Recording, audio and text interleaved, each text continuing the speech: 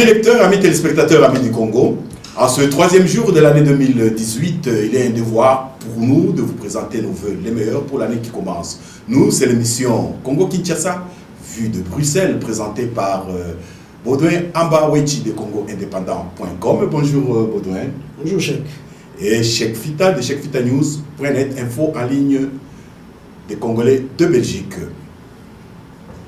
En ce troisième jour de cette année 2018, le pays n'est pas à la fête. Le 31 décembre 2017, il y a eu ce que vous avez vu, la marche des chrétiens, il y a eu l'intervention de la police et de l'armée dans les églises. Et pour décortiquer cette actualité, nous avons comme invité une personnalité que vous connaissez, que nous avons déjà reçue, c'est Dr Loseke Lemba-Lemba. Bonjour Dr Loseke. Bonjour M. Cheikh Fita et bonjour Baudouin Amba. Bonjour docteur. Et docteur, vous avez suivi comme nous ce qui s'est passé à Kinshasa le 31 décembre 2017. Quelle est votre lecture des faits? Merci pour la question. Avant de répondre à cette question fondamentale, je voudrais à vous deux, animateurs de cette émission, vous présenter mes meilleurs vœux de bonnes et heureuses années. J'en profite pour faire la même chose à l'endroit de vos auditeurs, à tous ceux qui me regardent maintenant, partout où vous êtes. J'aimerais vous présenter mes vœux de bonheur et d'une heureuse année 2018. Pour revenir à votre question, nous avons tous suivi l'appel du comité laïque à la marche du 31 décembre dernier, et nous avons aussi suivi ce qui en était comme conséquence. Vous savez, quand il y a mort d'homme, on ne peut que se reprocher, se dire il y a quelque chose qui n'a pas marché. Nous ne souhaitons pas que le sang coule dans notre pays. Et il y a eu des morts de trop. Nous déplorons et nous dénonçons avec vigueur et détermination cette façon de faire, c'est-à-dire l'usage disproportionné de la force à l'endroit de manifestants, surtout que cette manifestation, même si elle n'était pas autorisée, mais elle est quand même légale et prévue par la Constitution. J'ai continué à dire que je déplore, c'est de la barbarie, qu'est-ce que je peux dire d'autre? Il faut que les responsables soient connus et châtiés selon nos lois. C'est tout ce que je peux vous dire. Quant à l'objectif de la marche, est-ce qu'il a abouti ou il n'a pas abouti? Ça, nous verrons au cours de cette émission, mais je commence par déplorer cette façon, le comportement des forces de l'ordre qui pouvaient utiliser d'autres moyens, c'est-à-dire des armes non létales pour encadrer les manifestants, les marcheurs, mais utiliser les balles réelles dans la foule, c'est quelque chose de condamnable et je le condamne avec force et détermination. Vous avez été vice-ministre des Finances. Comment expliquez-vous que Joseph Kabila, dans son message de vœux, ne dise pas un mot sur ces incidents sanglants? Vous êtes proche du Premier ministre Bruno Tshibala, lui aussi c'était, j'ai failli dire, dans les 4 langues nationales. Comment expliquez-vous ce silence? Il n'y a pas une expression de compassion nationale vis-à-vis des familles, des personnes, des victimes?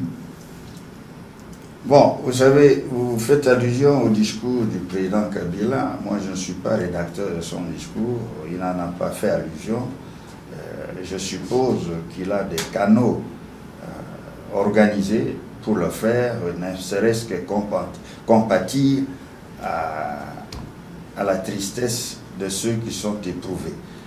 Pour ce qui est du Premier ministre Bruno Tshibala, je pense qu'à son niveau, il a pris des dispositions pour qu'on vienne en aide aux familles éprouvées, et surtout que même si on ne l'a pas attendu, il a déploré cette situation. Merci bien, docteur Loseke, par rapport à cet événement malheureux qui a endeuillé notre pays. Encore que demain, c'est la journée des martyrs. Donc, comme vous l'avez si bien dit, des morts de trop. Et il faudrait que ça s'arrête. Et dans l'actualité, toujours autour de cet événement, le cardinal Laurent Monsengo a parlé. Il a eu des mots durs. Il a dit, je cite, il est grand temps que les médiocres dégagent. Et il n'a pas été tendre non plus vis-à-vis de nos forces armées. Et quelle est votre position par rapport au discours du cardinal Monsengo? Bon, je n'ai pas suivi son discours, étant donné que je me trouve ici en Europe et que je n'ai pas eu le temps de le lire. Mais si pas des médiocres, nous le disons depuis toujours. Dans notre parti, l'UDPS a toujours dénoncé cette médiocrité du pouvoir et surtout cette façon de se comporter des forces de l'ordre. Et s'il y a des médiocres parmi eux, ils n'ont qu'à partir. Mais le problème est comment les faire partir. C'est ça la situation. Nous l'avons toujours dit, ce n'est pas d'aujourd'hui. Lors de la marche des chrétiens du 16 février 1992, nous l'avons dit. Et ils se sont comportés de la même façon. Encore maintenant, il y a 2-3 jours, c'est la même chose, c'est toujours là.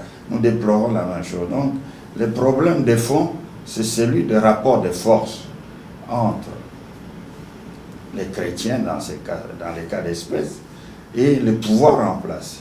Donc, c'est ce rapport de force qui fait que nous sommes dans une situation d'équilibre instable, comme je peux l'appeler, c'est-à-dire la force et la puissance se trouvent d'un côté et les autres n'ont que les cris et les réclamations pour demander le départ de ces médiocres. Donc, qu'allons-nous faire puisque ces méthodes ne semblent pas marcher? Ça, c'est la question à laquelle le cardinal aurait dû donner un début de réponse. Parce qu'il dit que les médiocres doivent partir, mais la question fondamentale, comment vont-ils partir? Peut-être que lui, il a la réponse, il nous la donnera le moment venu. Mais ne sentez-vous pas que les opposants sont discrédités aujourd'hui? On peut citer un exemple, le ministre de PTT, Emery Okundi, qui dénonçait jadis, en tant que député, les violations des droits de l'homme. Il a été le premier à instruire les opérateurs de téléphonie pour supprimer le service de SMS et de l'Internet. Est-ce qu'il n'y a pas une cohérence, un reniement de, soi-disant, convictions, les valeurs qu'on défendait hier? Et autre question, est-ce que l'idéal n'aurait pas été que les opposants qui ont rejoint le gouvernement démissionnent, quittent les institutions, en ce moment où le pouvoir a montré son côté sanguinaire? Bon, je ne veux pas parler à la place d'Emery Okundi. Tout ce que je peux dire, et c'est ce que je sais, comment les choses fonctionnent. En fait, la gestion du système, les systèmes Internet, réseaux sociaux, tout ça, dépendent d'une structure pour laquelle le ministre de télécommunications et nouvelles technologies n'a aucune emprise. Non, il a fait une lettre. Il a fait une lettre officielle. Bon, je n'ai pas lu la lettre, hein, mais pour tout vous dire, je pense que... Il dit pour raison de sécurité d'État. Oui, bon. Peut-être que le jour que vous verrez Emery Okundi, vous allez lui poser la question, mais si ça avait été moi, je ne l'aurais pas signé de toute façon. Mais bon, quand cela ne tienne, ce que je peux dire, c'est que c'est une situation qui est tout à fait difficile pour un ministre qui reçoit des injonctions pour des raisons de sécurité d'agir. Je crois qu'il n'a pas beaucoup de latitude et je ne prends pas sa défense, mais ce n'est pas pour autant que l'opposition est discréditée par rapport à ça. Est-ce qu'il aurait dû démissionner? Je n'en sais rien, c'est à lui. de s'assumer. Moi, je ne peux pas parler à sa place, mais il ne faut pas généraliser, dire que dans ce genre de situation, l'opposition, même dans le cadre de la cohabitation dans un gouvernement d'union nationale, que les opposants sont discrédités. Il y a des réalités qu'il faut gérer, des réalités devant lesquelles se placent certaines personnalités, certains ministres. Et je ne sais pas dans quel contexte il a signé cette lettre, mais toujours est-il que c'est à lui qu'il appartient de donner la réponse à votre question. Pour le reste, dans le cas du gouvernement d'union nationale, il y a des attitudes qu'il faut observer pour rester fidèle à sa logique, à sa ligne de conduite et à son idéologie. Certains les font, d'autres ne les font pas. Là, c'est à chacun d'être jugé individuel. Merci bien, docteur Losake. Le point suivant de l'actualité est décidément très fournie. Le 31 décembre 2017, selon l'accord de la Saint-Sylvestre, il aurait dû y avoir des élections. Le président Kabila, tout le monde le sait, son mandat est terminé il y a 1 an. Et s'il est resté, c'est à cause de ce bonus de 12 mois qui lui a donné une certaine légitimité. Maintenant, le 31 décembre est passé, le Parlement, le Sénat n'en parle même pas, les gouverneurs, vous savez de quelle façon on les a nommés, et lui-même, M. Kabila, est toujours là. Et comment vous trouvez cette situation-là? Bon, parler tel que vous parlez, c'est prendre un gros raccourci.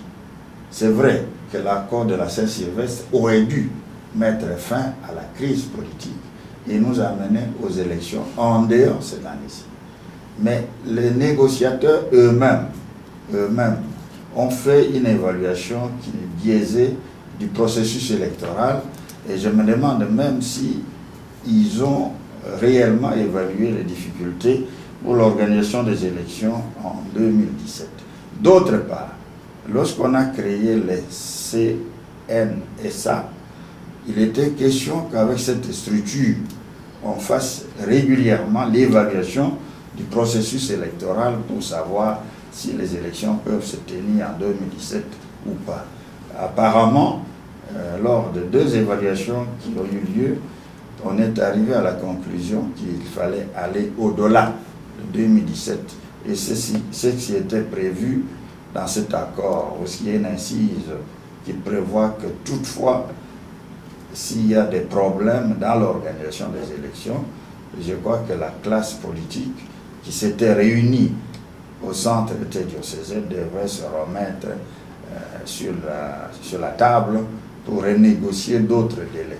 Ce qu'on peut reprocher, c'est que cela s'est fait de la manière que la classe politique, dans son entièreté, n'était plus consultée pour une éventuelle prolongation des élections en 2017.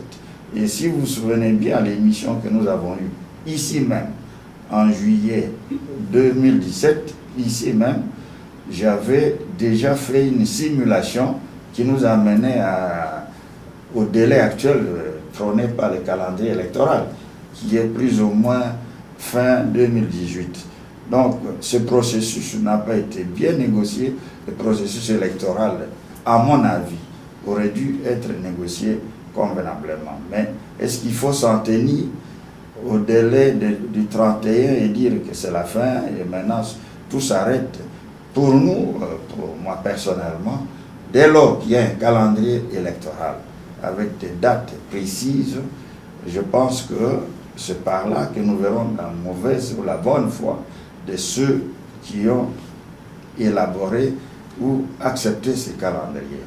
Pour le moment, je pense qu'il faut se concentrer aux élections. Une année, ce n'est pas beaucoup. Une année, c'est un éclair pratiquement. Et d'ici moins de 12 mois, nous serons déjà aux élections et nous connaîtrons certainement un nouveau président qui sera élu.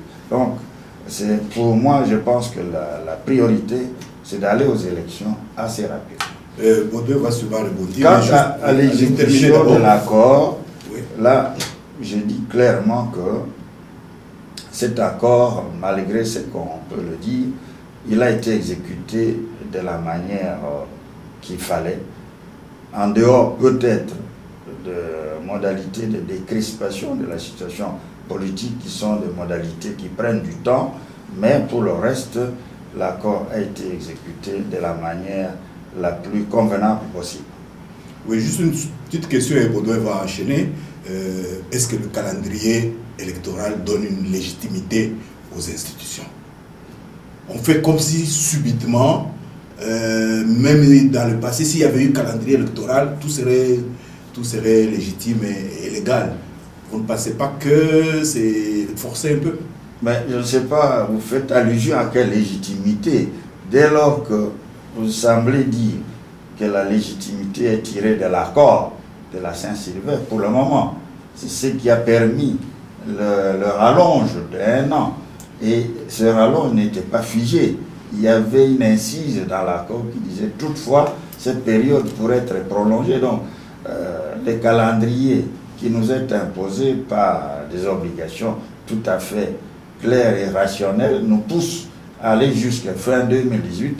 Donc ce n'est pas une légitimité. On peut appeler ça une légitimité, mais une légitimité indirecte du fait de l'accord justement, qui ne permettait pas d'organiser les élections en 2017. Oui, Baudouin. Vous avez dit qu'une année, ce n'est pas long. Moi, j'ajouterais, ce n'est pas long pour quelqu'un qui mange à sa faim, qui a de l'eau courante chez lui, de l'électricité, des soins de santé de qualité, qui peut envoyer ses enfants à l'école et qui vit dans un environnement sain, sans ordures qui traînent ici et là. Or, ce n'est pas le cas chez nous. Dans son message de vœux, Joseph Kabila a parlé de tout, sauf de lui. Alors que les laïcs chrétiens lui avaient demandé justement de dire clairement qu'il ne va pas briguer un 3e mandat. La question est simple. Pourquoi ce silence? Je sais que vous n'êtes pas le porte-parole de la présidence de la République, mais pourquoi ce silence, ce mystère entretenu autour de l'avenir politique de Joseph Kabila? Et apparemment, vous les opposants, les hommes politiques, vous ne faites pas cas de ça. Bon, il y a 2 volets à votre question. D'abord, est-ce qu'une année c'est long ou c'est court? Moi je dirais c'est court. C'est court pour tout le monde. Malgré l'impatience que certaines personnes peuvent avoir à cause de leur précarité, de notre misère ambiante, mais on ne sait rien faire à ça. C'est une année, elle peut être longue ou courte. L'essentiel c'est d'aller vite aux élections pour avoir une alternance à tous les niveaux dans notre pays. Et je dis bien à tous les niveaux. Ce n'est pas nécessairement au niveau de la présidence, mais au niveau de toutes les institutions. C'est notre détermination à nous tous. Maintenant, vous dites le calendrier électoral et le président qui ne parle pas de lui-même. En fait, le calendrier électoral dit tout. Et l'accord, quand vous faites une lecture conjointe, une lecture combinée du calendrier et de l'accord, en principe, le président Kabila ne sera pas candidat en décembre 2018. C'est la réalité, c'est ça qu'on doit comprendre. Mais cela ne peut pas nous amener à lui demander nécessairement qu'il se prononce. Pour moi, c'est quelqu'un qui est déjà partant. En décembre, il ne sera pas candidat. Et il doit y avoir d'autres candidats à sa place. Il prépare un dauphin. C'est son droit le plus légitime. Mais au moins, nous savons qu'il ne sera pas candidat en décembre 2018. Est-ce qu'il va résister? Là, je n'en sais rien. C'est justement par rapport à ça que nous devons affûter nos armes, que nous devons essayer de comprendre toutes les stratégies qu'il y a autour de lui. Mais je ne peux pas, a priori, dire qu'il va se représenter, parce qu'il n'y a aucun mécanisme qui lui permet encore de se représenter.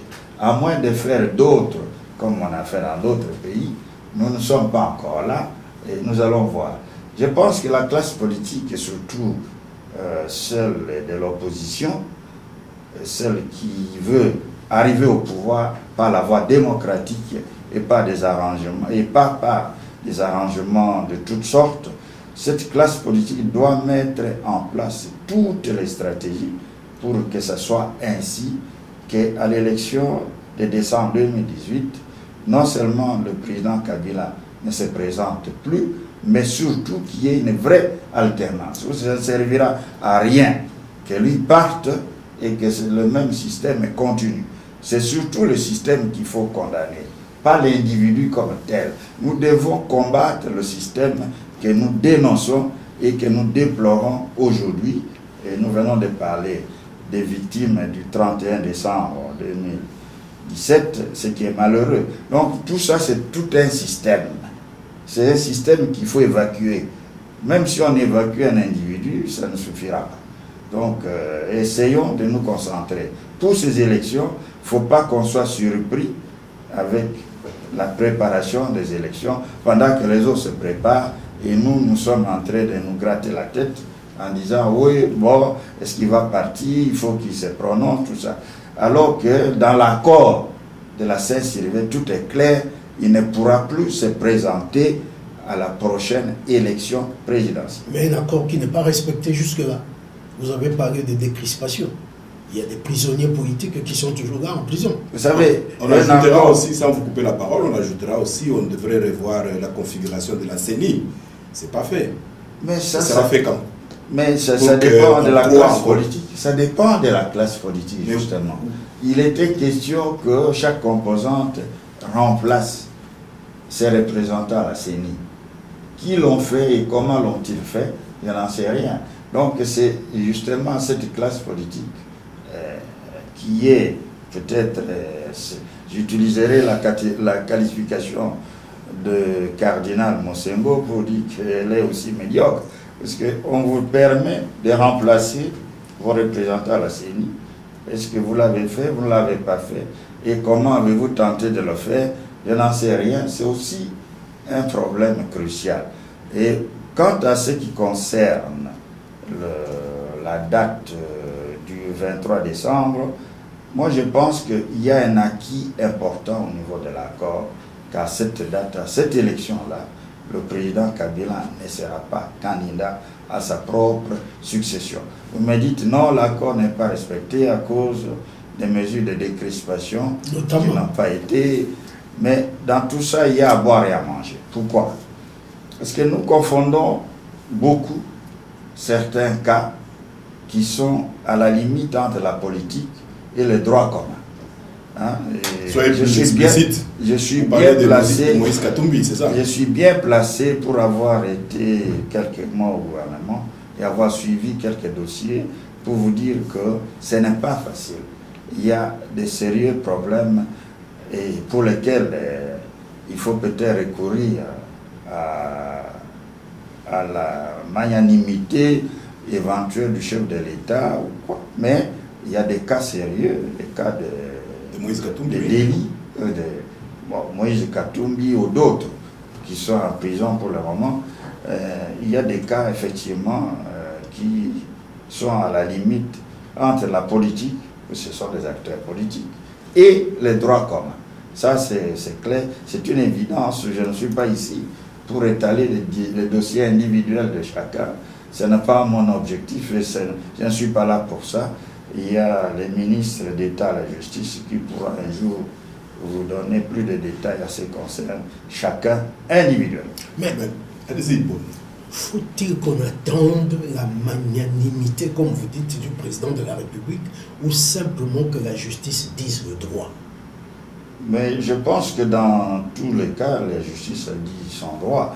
Vous citez le cas de Moïse Katumbi. Il a été condamné pour un problème immobilier, je crois. Il a fait appel. Cet appel est suspensif. On lui a demandé de retourner au pays pour donner ses moyens de défense. Il a dit lui-même qu'il retournerait au pays. Est-ce qu'il a fait? Je n'en sais rien. Ça, il faut demander à ses avocats. Mais chacun a les moyens de se défendre. Mais ne perdons pas de vue une chose, sans vous interrompre. Le ministre de la Justice a dit, dès qu'il met le pied sur le territoire national, il sera arrêté. Lambert Mende a dit la même chose, le porte-parole du gouvernement. Mais ce n'est pas ce que j'ai attendu. Non, ce que j'ai attendu, c'est qu'il a fait appel, il a le droit de retourner au pays pour se défendre devant les institutions judiciaires du pays. Et quand on fait appel, c'est une procédure prévue par nos lois, et qui est la procédure qui est du reste suspensive de ce qui s'est passé. Donc ça ne l'enlève pas la qualité de citoyen congolais, si on croit qu'il est congolais, citoyen de ce pays, et si il peut retourner se défendre, je crois qu'il en a la possibilité. Personne ne lui interdit. Mais on ne va pas s'attarder seulement sur le cas de Moïse Katumbi. Il y a Franck Diongo, Eugène Diomi Dongala, Jean-Claude Mouyambo. Bon. J'ai vu une information qui circule, évidemment c'est à confirmer, il semble qu'il aurait de graves ennuis de santé. Ça fait un peu beaucoup. Hein. Bon, ça fait beaucoup, mais c'est le problème du droit, de la justice, et chacun a son dossier. Une justice inféodée au pouvoir. Les faits sont là. Mais lorsque je vous parle du système qu'il faut changer, hein, mais qu'est-ce que vous croyez? C'est tout ça. C'est la gestion, la gouvernance, la gestion économique, la justice, tous les systèmes qu'il faut refaire.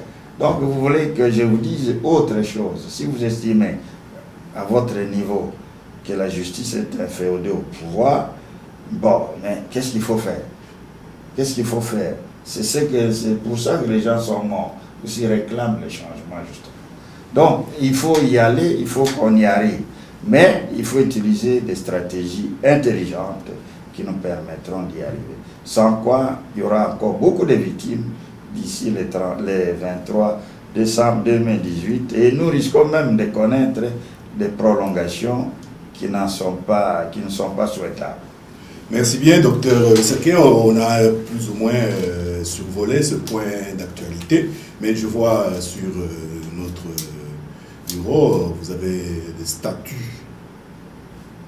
de l'UDPS. Bien sûr, vous avez toujours l'insigne de l'UDPS et pour vous, vous êtes toujours de l'UDPS. Est-ce que vous pouvez un peu nous parler de l'UDPS aujourd'hui? Nous sommes le 3 janvier 2018. Le président Étienne Tshisekedi était mort le 1er février 2017. Dans moins d'un mois, ça fera un an. Et Bruno Tshibala, qui fut un de ses fidèles, le Premier ministre, est-ce qu'il compte lui offrir enfin des funérailles dignes à son rang, ou bien il est parti dans la politique, bon, voilà quoi. Parce qu'il me semble qu'il avait quand même promis ça. Ça traîne. Oui, c'est vrai. Il y a 11 mois que le président Étienne Tshisekedi nous a quittés. Il nous a laissés orphelins. Mais lorsqu'on reste orphelin, cela ne veut pas dire que la vie s'arrête. La vie doit continuer. Malheureusement pour son cas, nous n'avons pas encore eu l'opportunité de lui offrir les funérailles dignes de ses noms. Et je pense qu'il faut qu'on y arrive, bien sûr, avec l'accord de la famille biologique. Mais pour ce qui est du parti, évidemment, les statuts, nous sommes régis dans notre pays et dans notre parti par les lois et dans le cas du parti, les statuts et les règlements intérieurs. Il était question qu'après la mort du président Tshisekedi, la structure intérimaire organise les congrès extraordinaires en ayant 30 jours. C'est l'article 26 de nos statuts. Cette structure-là, non seulement elle était incomplète, mais nous l'avons acceptée comme telle avec seul le secrétaire général, mais il avait, le secrétaire général, l'obligation, en ayant 30 jours, d'organiser les congrès extraordinaires pour pourvoir... Le secrétaire général Jean-Marc Kabound, c'est ça? Oui, bien sûr, c'est de lui que je parle. Malheureusement, au bout de ces délais, il n'a rien fait, et les fédéraux qui sont venus de l'intérieur au deuil du président lui ont rappelé cela, que c'était une obligation de pouvoir au remplacement de notre président qui venait de nous quitter. Malheureusement, encore une fois, il a opposé un refus catégorie, pour diverses raisons sur lesquelles je ne vais pas m'étaler aujourd'hui. Il y a eu encore un rappel, toujours des fédérations. Vous savez, les fédérations. Nous, à l'UDPS, nous sommes... le pouvoir est une pyramide renversée. C'est la base qui sont les fédérations, qui sont les vrais détenteurs, les détentrices du pouvoir. Nous, au sommet, où les cadres ne sont que des personnes nommées ou commis au service de cette base. Donc, les fédéraux ont rappelé cela. Et non seulement il a refusé, mais il a menacé de les suspendre. Il y a eu des menaces en tout cas. Mais bon, compte tenu de cette situation, l'UDPS ne pouvait pas continuer à naviguer en vue, surtout que c'est un parti qui avait besoin de se ressouder après la mort de notre patriarche, après la mort de notre président. Nous avions besoin de nous retrouver dans un cadre pour refaire notre unité. C'est la raison pour laquelle, après plusieurs mois de tractations, nous avons organisé les congrès extraordinaires. Les congrès extraordinaires auxquels tout le monde était, tout le monde, toutes les tendances étaient conviées pour qu'on ne dise pas que à ce congrès-là, on n'a pas été conviés et que ça ne nous concernait pas. Évidemment, le congrès a eu lieu, il y a eu des résolutions, il y a eu l'élection d'un nouveau président de l'UDPS à la personne de M. Bruno Tshibala, et qui, par incompatibilité constitutionnelle, conformément à l'article 97 de la Constitution, il ne pouvait pas exercer cette charge du président, et j'ai été nommé à la demande de la base comme président délégué du parti, et c'est moi qui assure la gestion courante du parti pour le moment. Vous parlez des statuts, oui, nous avons de nouveaux statuts. Ces statuts sont les statuts que le président Tshisekedi lui-même de son vivant avait acceptés. Ce sont des statuts qui auraient dû être amendés au deuxième congrès ordinaire, qui n'a pas eu malheureusement pour les raisons d'éloignement du président Nero, pour les raisons de santé. Donc nous avons repris ces projets de statuts amendés, et c'est celui-là que nous avons fait adopter au congrès extraordinaire avec les nouvelles structures telles que c'était prévu par la commission préparatoire mise en place de son vivant par le président Tshisekedi. Donc nous nous retrouvons là avec un nouveau statut, avec les nouveaux statuts qui ont été notariés normalement par les notaires des Matete et qui sont pour le moment opposables à tous. Vous parlez du notaire qui était arrêté là? Ben, le notaire, c'est vous qui m'apprenez. Nous, au Congo, on n'a jamais su que le notaire était arrêté. On ne sait même pas pourquoi. Nous ne savons même pas pourquoi il était arrêté. S'il était arrêté, je dis bien si il était arrêté, on ne sait pas pourquoi il était arrêté. En tout cas, tous les médias, y compris Radio Okapi, qui est plutôt sérieuse, ont écrit qu'il a été arrêté pour avoir refusé de notarier le statut de l'UDPS présenté justement par des hommes de M. Tshibala, et il n'y a jamais eu de démenti de la part de la Mais c'est que vous n'avez pas bien suivi l'actualité. Je suis devant vous, c'est moi qui gère au quotidien l'UDPS pour le moment. Nous avons la radio Okapi a changé radicalement sa position lorsqu'elle a été, on l'a placée devant les preuves, comme quoi les statuts étaient signés le 16 décembre et on aurait parlé de l'arrestation du notaire le 21 décembre. Ça, vous voyez que et les preuves sont là, vous verrez la date de la signature, il n'y a rien à cacher. Est-ce qu'il a été arrêté? Mais ce dont nous sommes pratiquement sûrs, c'est que les pressions qui sont venues du côté des personnes qui ne voulaient pas que lui-ci, ses statuts étaient tellement fortes qu'il était en insécurité. Et c'est pour cette raison qu'on l'a mis momentanément à l'abri pour calmer la situation. Il n'en sait rien. Mais arrestation, en ce qui nous concerne, nous, il n'y a eu aucune pression pour le faire arrêter, parce qu'il a fait normalement son travail. Et les notaires, légaliser les documents et les signatures. C'est son travail normal, c'est un administratif. On n'a pas d'injonction à lui donner et lui non plus n'a pas à se mêler des problèmes politiques. Docteur, je vous prends au mot. Vous avez dit nous avons convoqué. Le nous là, c'est qui? Avec Jean-Marc Kabound? Non, parce que c'était jusqu'à la mort du président Tshisekedi, le numéro 1, c'était Jean-Marc, enfin le plus haut gradé, c'était Jean-Marc Kabound. Le nous, je suppose qu'il est dedans. Si vous avez S'il n'est pas dedans, dites-nous comment vous avez fait pour qu'il soit pas dedans. Si vous avez suivi mon français, j'ai dit Kabound n'avait que 30 jours. Après, il devenait illégal et légitime. Ah, ok. Donc Kabound la base s'est saisie du dossier, des problèmes. Et quand je dis nous, c'est que je me trouve dans cette base-là des fédérations. Et j'ai m'y reconnaître. Oui, une autre sous-question par rapport à cette base-là. Vous avez dit la base s'est saisie du dossier. Où est le siège de l'UDPS en ce moment? La dernière fois que vous y avez vu, avec sous-question, vous y avez été pour la dernière fois quand? Non, le siège de l'UDPS se trouve avenue Petit Boulevard, 11e rue Alimété. Le fait d'y être physiquement et même dans l'illégalité ne veut pas dire qu'on est les propriétaires ou on y est avec l'égalité. Je vous ai dit que celui qui a fait l'intérim n'avait que 30 jours pour le faire. Et c'est tout. Peu importe ce qui peut se passer, que l'UDPS se réunisse à la fédération de Lukunga ou à Tchangou ou quoi, peu importe l'endroit, d'autant plus que le siège peut être déplacé à tout moment à la demande de la base ou du président.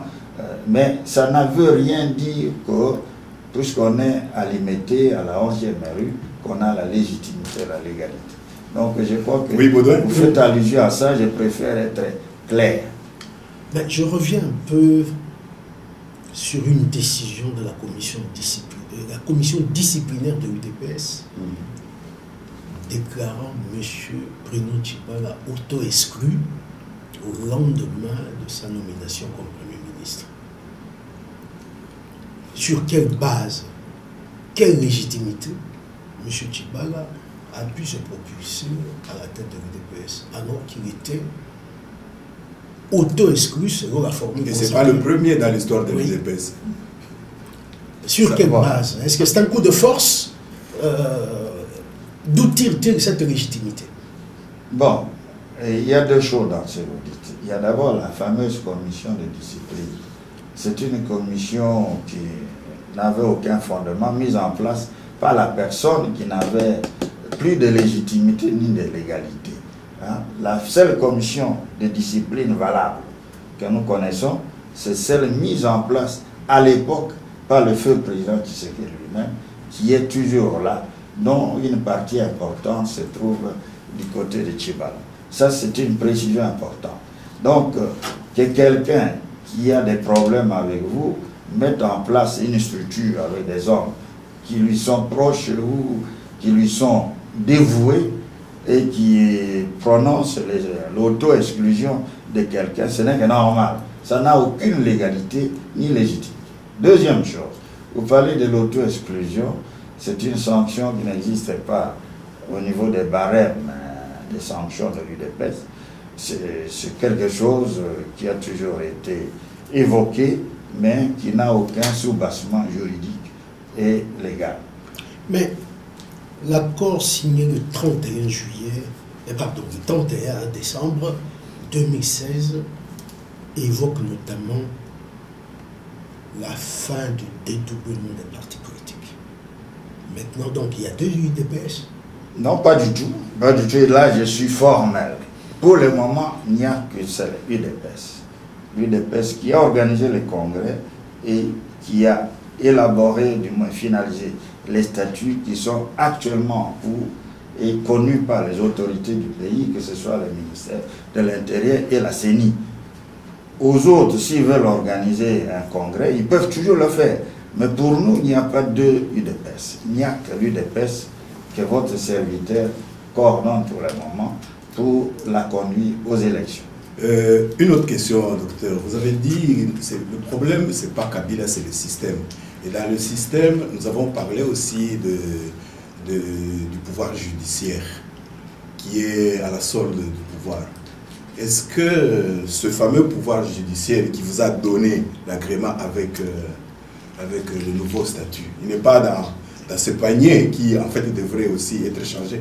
Non, vous commettez une erreur grave. Non, c'est pas, c'est une question. Attendez. C'est une question. Non, quand vous posez une question, je dois recadrer la question. Il n'y a pas de problème. Vous êtes là pour ça. Les notaires, ce n'est pas la justice. C'est un officier administratif qui est commis par les autorités de la commune, de la ville de Kinshasa, pour légaliser les documents comme vous avez eu à les faire un jour. Ce n'est pas la justice. Le notaire n'est pas une autorité judiciaire. Mais c'est un officier ministériel. Mais c'est un officier, oui, comme ici en Belgique. Au moins, lui, il ne peut pas avoir des injonctions du pouvoir. Non, il ne peut pas les avoir. Et puis, lui ne peut pas se mêler de la politique. Par contre, dans le cas d'espèce, il a eu des pressions politiques d'une frange de certaines personnes du parti. Donc, ça n'a rien à voir avec le système. Il a fait convenablement son travail, en âme et conscience. On ne peut pas le lui reprocher. Je peux même vous dire que si demain, ces personnes-là organisent leur congrès, ils viendront avec les documents, ils vont les notarier, mais ça appartiendra à ceux qui acceptent la légitimité ou la légalité des partis politiques d'en juger, et avec beaucoup de chances, on risque dans ces cas-là d'aller en justice. Justice qu'on ne reconnaît pas malheureusement, mais qui doit normalement trancher ce genre de questions. Ok, docteur, je vais raisonner par l'absurde. Nous allons aux élections. Vous vous entêtez avec votre IDPS. Félix Tshisekedi s'entête avec son IDPS. Félix Tshisekedi, candidat à la présidence. Bruno Tshibala, candidat à la présidence. Et Minakou peut-être, ou un autre, hein, que les gens du PPRD ne m'en tiennent pas rigueur, je ne sais pas qui est le meilleur de fin. Minakou, Félix Tshisekedi et Tshibala. Il n'y a qu'un seul tour à la présidentielle. Votre pronostic? Non, attendez. Il y a des choses que je dois vous dire pour que ce soit clair dès maintenant. Ouais. Au niveau de dépôt des candidatures, il n'y a qu'une seule UDPS qui est connue, comme je vous ai dit, c'est celle dont je suis le président délégué pour le moment. Donc toute candidature passera par là.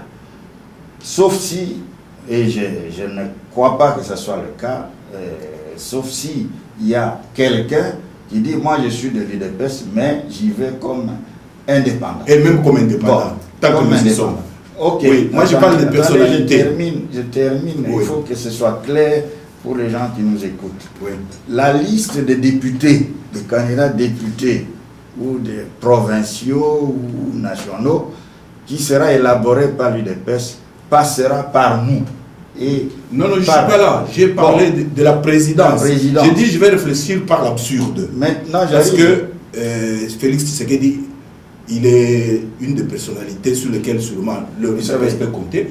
Nous imaginons, il trouve une formule, il est candidat à la présidence. Bruno Tshibala, candidat, et Minakou.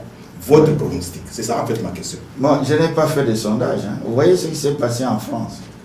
Hein? Ce qui s'est passé en France. Oui. Tous les challengers qui étaient présentés comme grands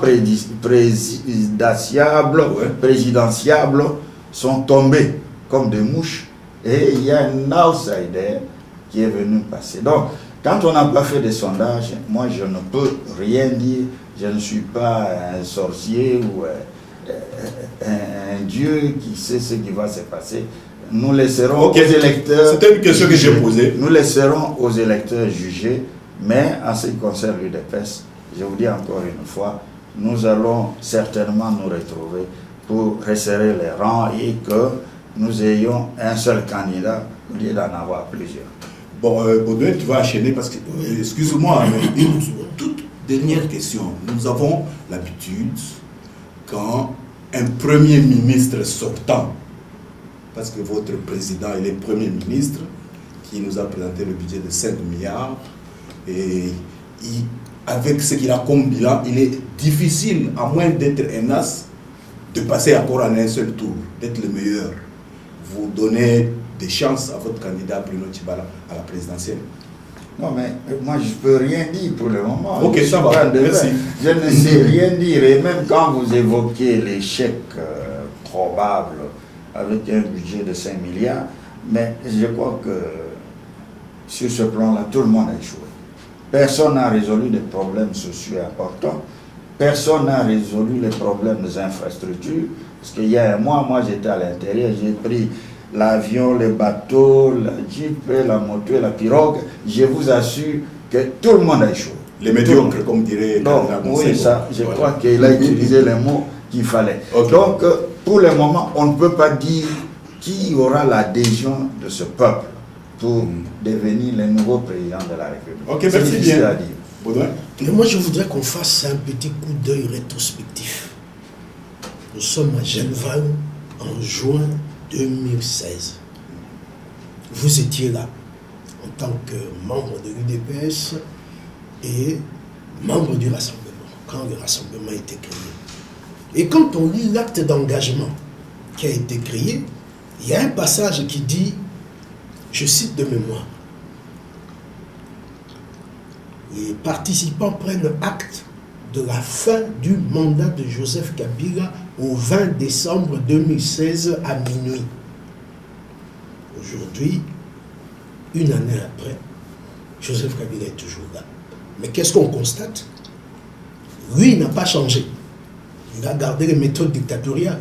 Mais les opposants qui disaient qu'il doit quitter à minuit le 20 décembre 2016 l'ont rejoint dans le gouvernement. Est-ce que ce n'est pas une sorte de catastrophe pour l'opposition?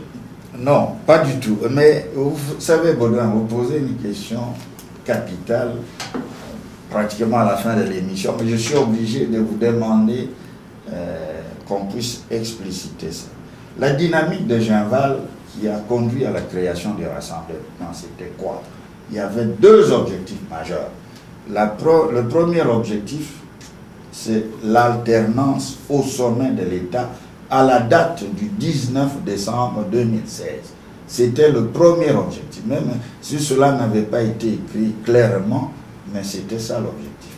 Et nous voyons déjà à ce moment-là le président Tshisekedi comme étant le successeur de Joseph Kabila. Deuxième objectif, c'est le respect de la Constitution.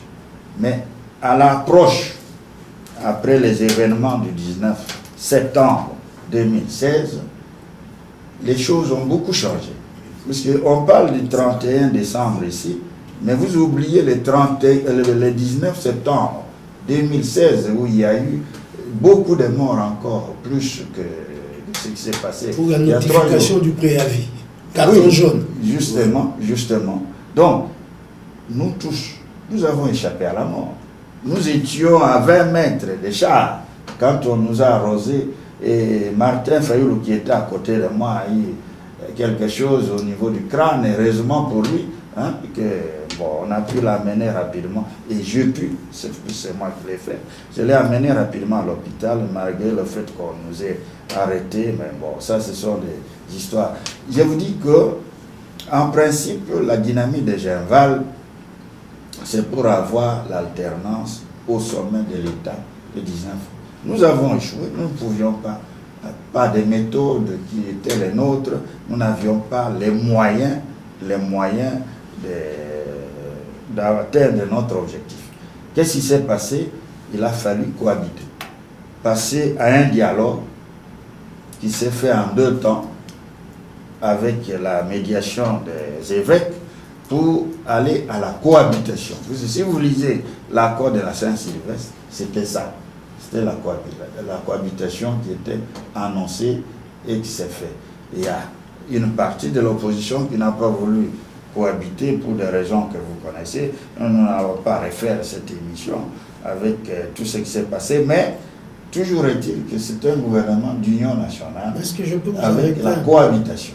Avec le mot cohabitation, si nous prenons l'exemple de la France, où ce système a commencé, il y avait un président, François Mitterrand, un homme de gauche, qui avait son programme à lui, Et il y avait le gouvernement qui était dirigé, par exemple, par Édouard Balladur ou Jacques Chirac, des hommes de droite. Donc, ils avaient leur programme. Alors, qu'est-ce qu'on constate? Vous êtes entrés dans le gouvernement de Kabila sans qu'il y ait un programme commun. Vous êtes là sous les 5 chantiers et la révolution de la modernité. Est-ce qu'on peut parler de cohabitation dans un cas pareil? Je vais vous demander de relire l'accord. Bien relire l'accord. Tout est prévu là-dedans sur ce que le gouvernement devrait faire pendant cette période. C'était au départ 1 an, maintenant c'est fort. Tout est prévu là-dedans. Le gouvernement n'avait pas d'autres missions que ces missions-là. En fait, il y a principalement 4 missions. La première, c'est la sécurité du pays. La deuxième, améliorer tant soit peu la situation économique du pays. Et le troisième, amener les Congolais aux élections. Et enfin, quatrième mission qui n'est pas importante, ce qui est de pacifier le pays d'une certaine façon pour permettre que les élections se déroulent. Donc, le gouvernement n'avait pas autre chose à faire que ça. C'était un programme pour tout le monde, pour tous ceux qui participent au gouvernement en ce moment précis. Et donc, il n'y a pas un camp qui a avalé un autre ou nous sommes dans cette mixture-là qui est peut-être impropre à la consommation, mais elle est là, il faut qu'elle nous amène aux élections. Mais donc ça ne veut rien dire, ça ne veut rien dire. Toute dernière question comme ça. Docteur Tarcisse Oseke, parlons franchement, qu'est-ce qui a changé au Congo? Kinshasa, je préfère ça que République démocratique du Congo, puisqu'il n'y a pas de démocratie. Qu'est-ce qui a changé sur le plan économique, social, politique, sécuritaire, depuis qu'il y a ce que vous appelez gouvernement d'union nationale? Est-ce que vous pouvez citer des réformes qui ont été opérées et qui ont un impact au niveau du vécu quotidien de la population? Vous savez, rien n'a changé pour la simple raison que ce n'est pas un gouvernement qui a un mandat de 3, 4, 5 ans ou 10 ans. C'est un gouvernement ponctuel d'union nationale pour conduire le pays aux élections. Et pendant cette période, il y a des missions accessoires que je viens de vous parler, la sécurité du pays, la pacification et puis l'amélioration, ça c'est entre guillemets, des conditions sociales du Congolais avant les élections. Mais fondamentalement, ce gouvernement n'est pas appelé à réussir. La seule réussite qu'on souhaite à ce gouvernement, c'est de conduire le pays, le peuple congolais, aux élections démocratiques et transparentes. Et que j'espère d'ailleurs, avec l'effort de tout le monde. Je crois qu'il n'y a rien à faire, et il n'y a pas d'objectif vraiment économique ou sociaux qu'on devrait atteindre pendant cette période. Ok. Merci beaucoup, docteur. Je sais que ça a été un peu long, l'actualité oblige, mais on n'a même pas tout fini. J'aurais bien aimé vous poser juste une toute dernière question, vous répondez en 1 minute. Avec plaisir. Et depuis un temps, il y a la société civile qui prend donc le taureau par les cornes. Il y a les mouvements citoyens qui tiennent à appliquer l'article 64 parce qu'eux, ils considèrent qu'au moment où nous parlons, c'est une clique d'individus qui gouvernent le pays sans mandat. Votre commentaire et on termine par là. Vous savez, M. Cheikh Fita, vous et moi, nous sommes parmi les vétérans de la société civile. On a utilisé toutes les stratégies, on n'y est pas arrivé, on n'a pas inversé le rapport de force. Ce que nous souhaitons, c'est qu'ils recourent à d'autres stratégies plus efficaces pour inverser le rapport de force. Quoi par exemple? Alors, moi, je ne suis pas à leur place. J'ai dit que nous avons utilisé beaucoup de stratégies depuis notre époque à la conférence nationale souveraine et jusqu'au moment, jusqu'à l'année passée, nous ne sommes pas parvenus à inverser le rapport de force. Donc, vous dites qu'ils prennent le leadership maintenant pour les changements. J'espère de tout cœur qu'ils auront des stratégies pour inverser ce rapport de force et nous aider à avoir vraiment à atteindre notre objectif d'un état de droit et démocratique où tout règne dans l'opulence et où nous allons chasser la misère. Mais je crains fort qu'ils répètent les mêmes erreurs du passé alors qu'il aurait fallu y aller autrement. Merci bien, docteur Losoké. Merci, amis lecteurs, amis téléspectateurs. Comprenez qu'on n'aurait pas pu vider tout. Il y a des éléments, vous auriez aimé que certaines questions soient posées. En 45 minutes, 50 minutes, souvent, ce n'est pas toujours aisé. Et puis, quand on a un invité, on lui laisse le temps de s'expliquer, d'expliquer, d'aller jusqu'au bout donc, de sa logique. J'espère que vous avez aimé cette émission. Et donc, nous vous remercions de nous avoir accueillis chez vous. Nous, c'est Baudouin Ambarouichi de Congo Indépendant.com et Cheikh Fita de cheikfitanews.net. Nous remercions notre invité qui, nous l'espérons, est content de sa prestation et pense que son message sera passé à travers notre émission. Et enfin, nous remercions notre héros de l'ombre, notre réalisateur Gérard Kanabassau, grâce à qui ces images vous parviennent. Et donc, rendez-vous à la prochaine émission Congo-Kinshasa, vue de Bruxelles. Merci Cheikh Fita, merci Baudouin Amba et à vous tous, mes meilleures choses partout où vous êtes.